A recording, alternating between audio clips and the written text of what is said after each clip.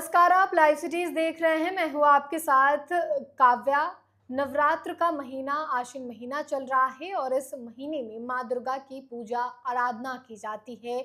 माँ दुर्गा के भक्त और सभी भक्तों के द्वारा माँ दुर्गा की खूब धूमधाम से पूजा की जाती है। इस वीडियो में हम चर्चा करेंगे तीसरे दिन की, यानी कि माँ चंद्रघंटा के बारे में। सबसे पहले तो इस वीडियो में हमारे साथ बातचीत करने के लिए हमारे साथ बिहार के जाने माने आचार्य गोकुलेश शास्त्री जी हैं। सबसे पहले तो बहुत बहुत स्वागत है। राधे राधे, जय माता दी। सभी भक्तों को जय माता दी। जी, सबसे पहला सवाल हमारा यही होगा कि माँ चंद्रघंटा, इनका स्वरूप क्या है?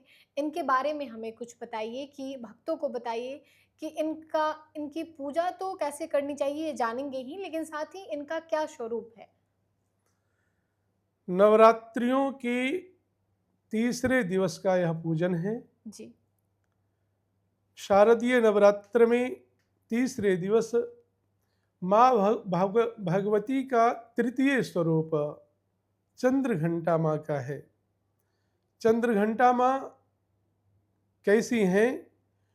पिंडज परवरारूढ़ा चंडकोपास्त्र कैर्युता प्रसादम तनुते मह्यम चंद्रघंटेति विश्रुता।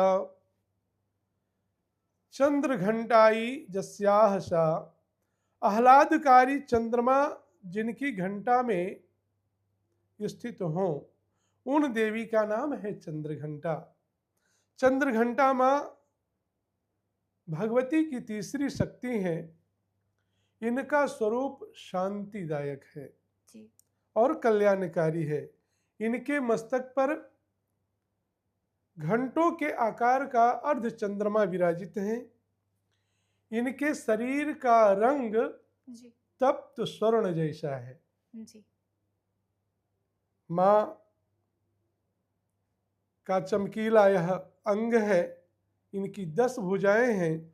10 भुजाओं में शस्त्र धारण किए हुए हैं। पांचवा बाएं तरफ का जो हाथ है वो जी, वर मुद्रा में है माँ का। माँ चंद्रघंटा का जो आराधना करता है उसे आनंद सौभाग्य की प्राप्ति होती है। जी, तीसरे दिवस, जी, क्योंकि चंद्रघंटा माँ को ग्रे कलर बहुत पसंद है, जी, इसलिए साधकों को चाहिए कि इसी वर्ण का वस्त्र धारण करें और माँ को प्रदान भी कर सकते हैं। जी, माँ को रक्त पुष्प इस दिन चढ़ाना चाहिए, जवा पुष्प चढ़ाना चाहिए और प्रसाद में जी, खीर का भोग, आप जो भी और प्रसाद लगा रहे हैं, फल आदि अनेक प्रकार के भोग लगा रहे हों, लेकिन तृतीय दिवस खीर का भोग इन्हें अवश्य लगाना चाहिए, जिससे माँ चंद्रघंटा अति प्रसन्न होती हैं और अपने भक्तों को उनके मनवांछित फल देकर उनके जीवन में आनंद भर देती हैं। वह सभी सुखी हो जाते हैं। माँ भगवती की आराधना नवरात्रियों में जी, किंचित मात्र करने से भी अनंत पुण्य फल देने वाला है। जी, इसलिए सभी को संयम पूर्वक अवश्य नवरात्रियों में माँ का ध्यान करना चाहिए, क्योंकि माँ के कृपा से ही यह सृष्टि संचालित है। जी। तो पंडित जी ने बताया है कि माँ की कृपा से ही सृष्टि का संचालन होता है। आपको हम लगातार वीडियो दिखा रहे हैं नवरात्रि को लेकर।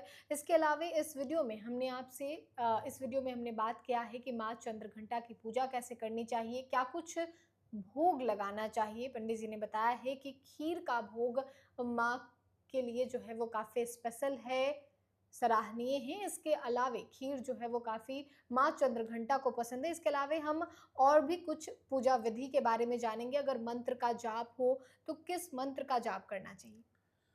नवरात्रियों में विशेष करके तो नवार्ण मंत्र का अवश्य जप करना चाहिए, जी, जो कि ओम ऐं ह्रीं क्लीं चामुंडाय विच्चे, जी, इस मंत्रों का निरंतर जप करते रहना चाहिए।